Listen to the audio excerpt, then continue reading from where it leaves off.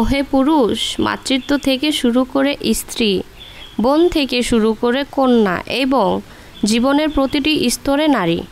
নারী ছাড়া তোমাদের ওই জীবনে কোনো অস্তিত্বই যে নেই। তবুও তোমরা নারীদেরকে সম্মান দিতে জানো না, কিভাবে মর্যাদা দিতে হয় সেটাই জানো না। একটা নারী তোমাদের জন্য কি না করতে পারে। নারী যখন শক্তিরূপা হয়ে ওঠে তখন পৃথিবীতে অনেক বড় পরিবর্তন আসে। যাই হোক, তোমরা এগুলো বুঝবে না, তোমাদেরকে বোঝায়ও লাভ নাই কোনো। তোমরা হচ্ছ নির্বোধ পুরুষ। কিছু কিছু পুরুষ আছে একেবারেই নির্বোধ। যাই হোক, এগুলো আর বললাম না।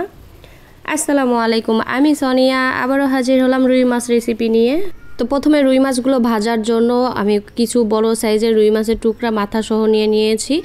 তারপর হচ্ছে এখানে দিয়ে দিয়েছি হলুদের গুঁড়া, মরিচের গুঁড়া, আদা বা রসুন বাটা, ধনিয়া গুঁড়া, পরিমাণ মতো লবণ দিয়ে পরিমাণ মতো সবগুলো দিয়ে নিয়ে ভালো মতো মেখে টেকে তেল গরম করে তারপর তেলে দিয়েছি ভাজার জন্য। তারপর এগুলো উল্টায় পাল্টায় ভাজা টাইজা নিয়েছি, নেওয়ার পরে হচ্ছে উঠায় নিয়েছি। তা একটা বাসনের মধ্যে ভাজা মাছগুলো উঠায় রেখা তারপরে হচ্ছে ওই কড়াইতেই বেগুন ভাজবো। তো এই বেগুনগুলো দিয়েই, ভাজা বেগুন দিয়ে রুই মাছগুলো রান্না করব। তো বেগুনগুলো একে একে একই উপকরণ সব মশলা টশলা দিয়ে ভাজবো।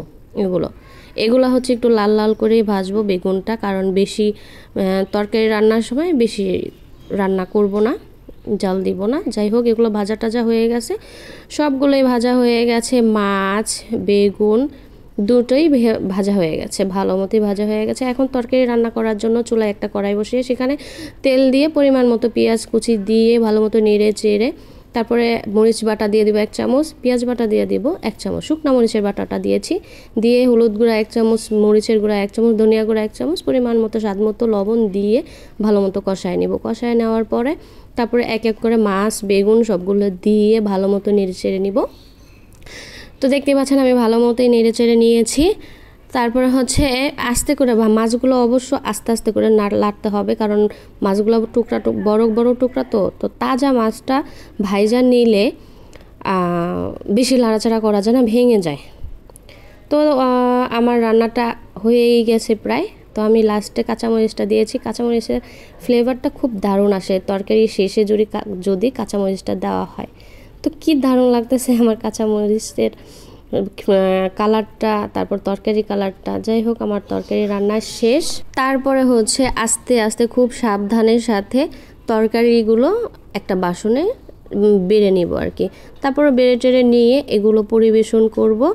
তো যাই হোক, আমি বোম্বাই মরিচ লেবু দিয়ে পরিবেশন করে নিয়েছি। তো রান্না করতে করতে কোথাও একটা শুনেছিলাম রুই মাছকে নিয়ে, রুই মাছের স্বাদ যেন অমৃত, মাছের রাজা রুই, সবার প্রিয় রুই মাছের পদ, ভোজন রসিকের খাদ্য, রুই মাছের ঝোল বাঙালির ঐতিহ্য।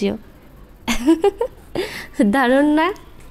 তো যাই হোক, আজকে অনেক কথা বলে ফেলছে এই ভিডিওটাতে।